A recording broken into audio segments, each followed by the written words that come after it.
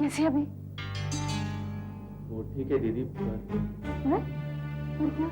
मैं गुड्डी के होने वाले बच्चे को बचा नहीं सका। क्या? गुड्डी, मेरा दिल कहता है तुम दोबारा मां बनोगी और इसी अस्पताल में अपने बच्चे को जन्म दो। रोहन, जाने से पहले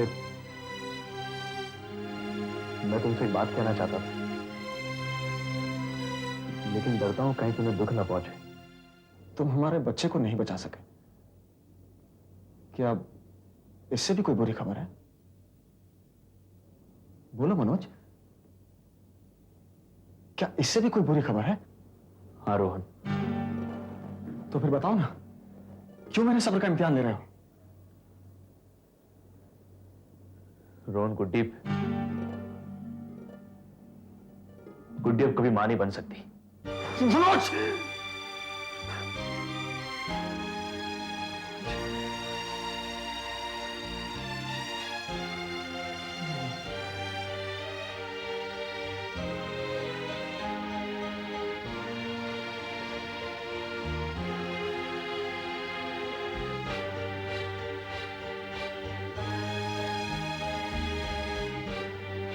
हाँ रोहन, मैं जानता था तुम पर यही गुजरेगी, इसीलिए मैं तुम्हें पहले से ही प्रिपेयर कर रहा था। इनफैक्ट ये सब मैं तुम्हें कल ही बताने वाला था, लेकिन मेरी हिम्मत नहीं हुई। पर कभी ना कभी तो ये बात बतानी ही थी ना रोहन। सो अब बता दी।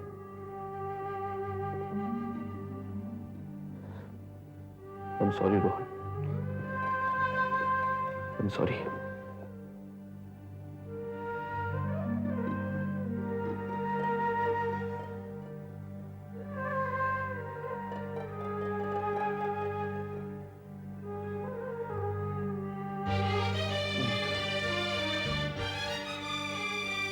हो गया,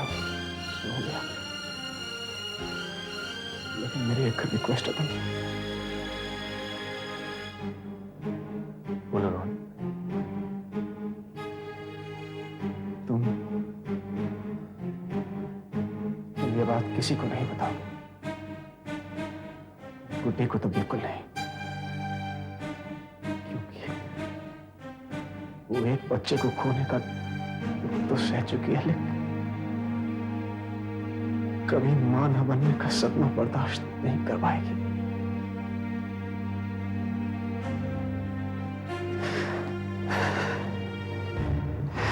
मेरी गुड्डी को बचा लो, मेरी गुड्डी को बचा लो मनोज, नहीं तो मौत आने से पहले ही वो मर जाएगी। 4 साल से जो जी सकती है वो भी नहीं जी सकेगी मनोज। मेरी गुड्डी को बचा लो प्लीज।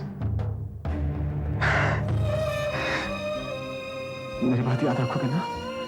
हाँ, मेरी बात याद रखोगे ना? बोलो। हाँ।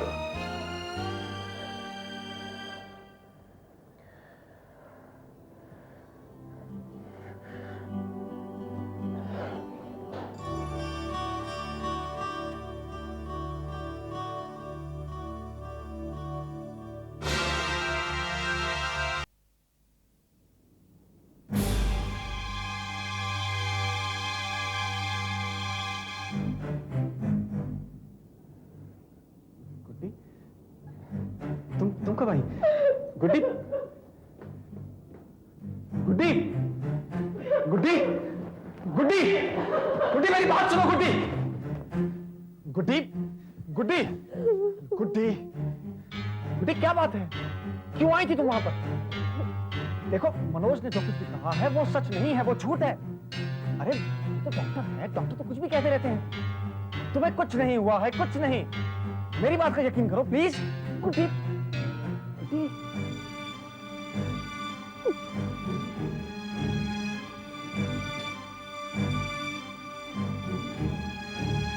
कितने दिनों की मेहमान हूं? क्या?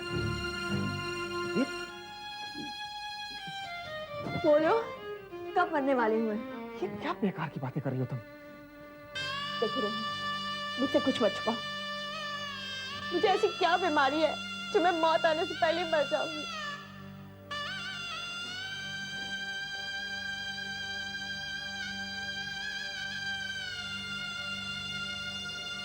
बोलो ना, बताओ रोहन।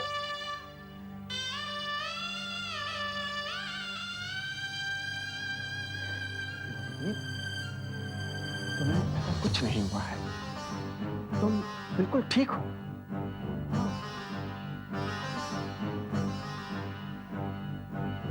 जो होना था वो तो हो चुका रोहन। क्या कह रहे थे तुम मनोज से? यही था कि मैं 4 दिन भी चैन से नहीं जी पाऊंगी। कि तुम क्यों, तुम्हारे मन में यह वहम बैठ गया कि तुम्हें कुछ नहीं हुआ है, तुम बिल्कुल ठीक हो।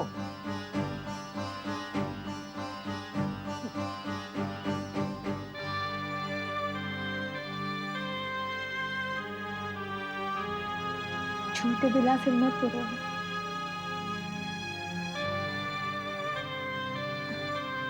हो सके तो एक वचन दो। मरने से पहले मैं तुमसे कुछ मांगना चाहती हूँ। देखो वरना मैं समझूंगी कि तुम मुझसे प्यार नहीं करते।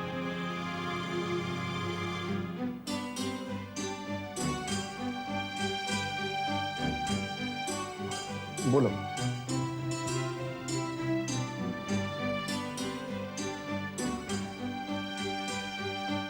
अगर मैं मरने से पहले माने कर देती हूँ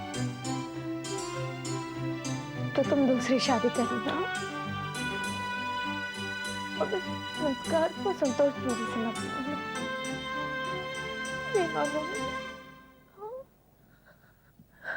बोलो। नहीं मांगूंगा, नहीं।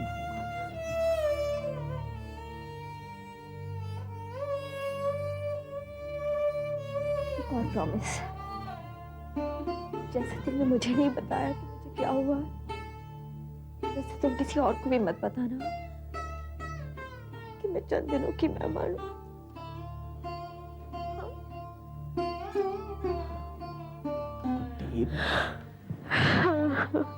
नहीं बताऊंगा, अभी बस करो, बस। लाला जी, वैसे इंसान के बस में कुछ नहीं है।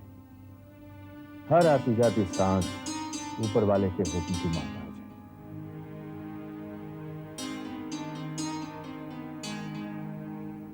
कपूर साहब, हम समझ सकते हैं आपने भी शादी की पूरी तैयारियां कर रखी होंगी, लेकिन अगर आपको ज्यादा तकलीफ ना हो तो क्या इंदौर और बंटी की शादी को कुछ दिन आगे कर सकते हैं? अहमद भाई, ये भी कोई पूछने की बात है। समझ लीजिए कि शादी की तारीख आगे बढ़ गई। शुक्रिया।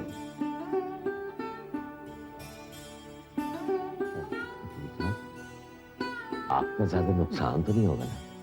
लाला जी, रुपए पैसे का नुकसान नहीं है। सबसे जरूरी होती है इंसान की जिंदगी। अब जब तक गुड्डी पूरी तरह ठीक नहीं होती, आप शादी के बारे में सोचे भी। धन्यवाद कपूर साहब, बहुत बहुत धन्यवाद। अब जाने जाएंगे। अच्छा बाबूजी,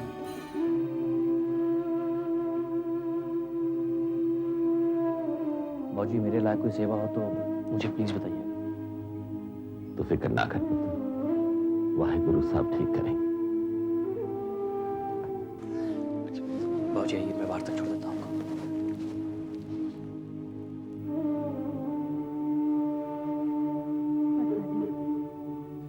क्या लिखा है लाला जी के नसीब में? कितने चाव से गुड्डी को घर लाने गए, ले जाना पड़ा अस्पताल। गायत्री, ये विधि का विधान है, प्रकृति का नियम है। इसे समझना इंसान के बस की बात नहीं। वो चाहे तो बिगाड़ दे, चाहे तो बना दे।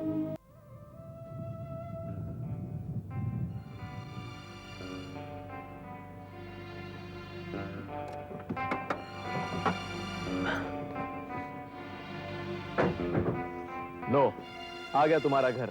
अब तो खुश? Thank you very much. इसे दवाइयां टाइम पर देते रहना, और अगर ये ज्यादा ना करे ना तो मुझे फोन कर देना। डोंट वरी, मैं अपने आप खा लूंगी। मेरा अभी मरने का कोई इरादा नहीं है।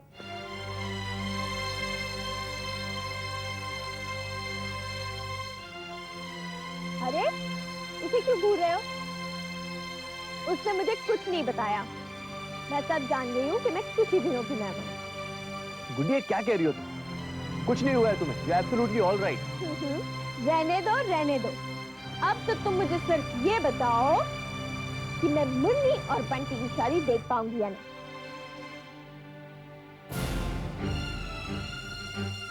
गुड्डी, क्या बच्चों ऐसी बातें कर रही हो तुम? क्यों? मैं झूठ बोल रही हूँ? बोलो बोलो। देखो, मरने वाले की हर बात का जवाब मुस्कुरा कर दिया जाता है। ठीक है, मत दो जवाब, लेकिन मैं तुम दोनों से वादा करती हूँ कि मैं मुन्नी और बंटी की शादी देख कर जाऊंगी। लाओ दवाई दो। गुड्डी,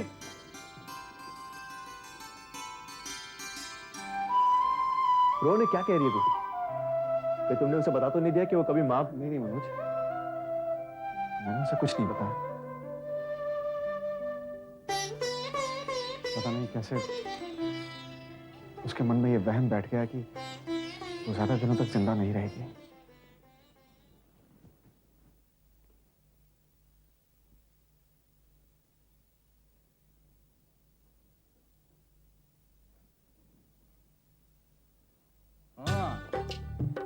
क्या भैया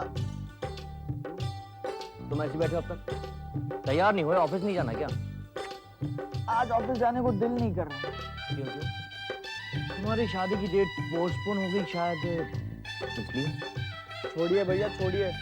लगता है मेरे नसीब में ना शादी लिखी ही नहीं है। मैं तो सोच रहा हूँ सब कुछ छोड़ छाड़ कर मैं सन्यासी बन जाऊँ। वाह बेटा वाह! तुम इतने जल्दी हार मान गए? भाई सब्र का जो फल होता है ना, बहुत मीठा होता है। खुशियों की तो बात है। और तुम्हारी बंटी कौन सा कहीं भागी जा रही है? बुद्धि को ठीक हो जाने दो। बाबूजी कोई नई तारीख फिक्स कर देंगे शादी की।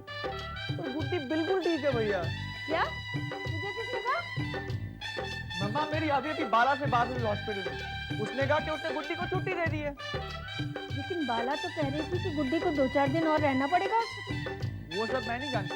मैंने आपको वो बताया जो बाला ने मुझे बताया। पता है मम्मा, मैं क्या सोच रहा था?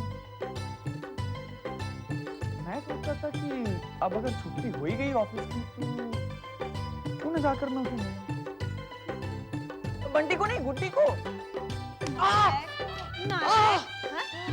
पहले स्कूल न जाने के बहाने बनाता था, अब ऑफिस न जाने के बहाने बनाता है। चल नहा, जल्दी से नहा और ऑफिस के लिए तैयार हो। गुड्डी को देखने चंदर जाएगा। मैं बगैर जाऊं? नहीं जा रहा। मामा ये कभी नहीं सुधरेगा। चंदर बेटा, तू ऑफिस जाते हुए गुड्डी को देखते हैं। ये ठीक है। और हाँ सुन, जाते जाते कुछ लेकर जाना, खाली हाथ मत चले जाना। ओके मामा।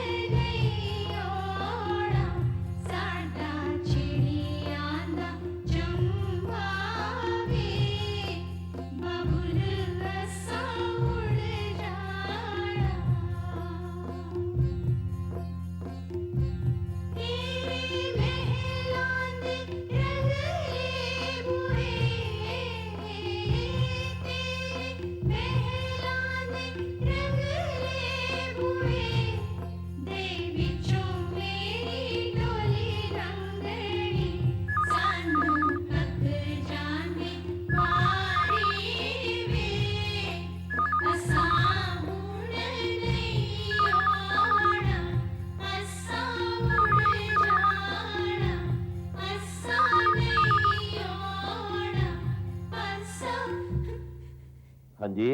कैसे है बाबूजी? गुड्डी पुत्र, पुत्र, ये क्या किया तूने? अस्पताल से कार क्यों चली आई? मैं तो ठीक हो गई। अरे क्या ठीक हो गई है? मनोज तो बतला रहा था तू जिद करके गई है। वो तो ऐसे ही बड़बड़ करता रहता है। आप मेरी बिल्कुल भी चिंता मत कीजिए, मैं बिल्कुल ठीक हूँ। अच्छा ये बताइए कि मुन्नी और बंटी की शादी की तारीख तो पक्की है ना? नहीं तो फिर तारीख आगे बढ़ा दिए, फिर पक्की कर लेंगे। तू पूरी तरह ठीक तो हो जा। ओहो बाबूजी, मैंने कहा ना मैं बिल्कुल ठीक हूँ। अब शादी की तारीख आगे मत बढ़ाइए। मैं अपने हाथों से मुन्नी और बंटी को डोली में बिठाना चाहती हूँ। अपने आंखों के सामने उनको विदा होते हुए देखना चाहती हूँ। हाँ पुत्र, देख लेना, तू कहीं जा थोड़ी रही है। बाबूजी, इंसान का क्या पता कब कोई कहाँ चला जाए। अरे ये क्या बड़बड़ा रही है तू? मेरी समझ में कुछ नहीं आ रहा है। फोन रख दे तू।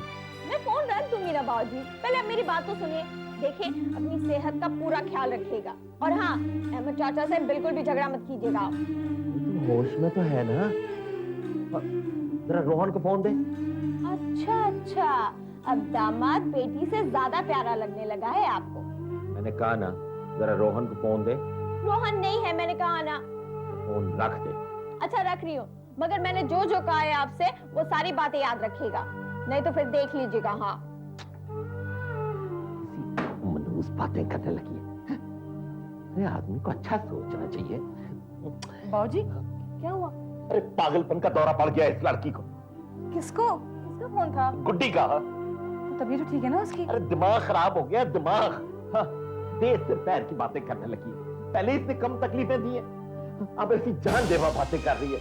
लेकिन बाबूजी हुआ क्या? अरे कभी कहती है मैं अपना ख्याल रखूं, कभी कहती है कि अहमद से झगड़ा ना करूं, कभी कहती है बंटी मुन्नी की शादी जितनी जल्दी हो सके कर दूं। जिंदगी का क्या भरोसा, आज है कल नहीं है। ये उम्र है क्या इस तरह की बात करने की?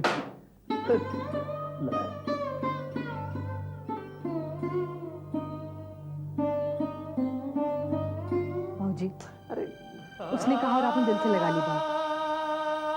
मुझे ये भी तो सोचिए कि पिछले दिनों उसके साथ जो कुछ भी हुआ, ऐसे हालात में कोई भी इंसान ऐसी बैठी बैठी बातें करेगा।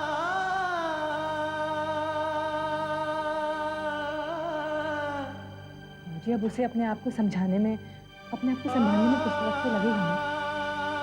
आप फिक्र मत कीजिए बाबूजी, भगवान ने चाहा ना तो हमारी गुड्डी की गोद एक बार फिर हरी हो जाएगी, एक बार फिर उसके जीवन में खुशियां आ जाएंगी।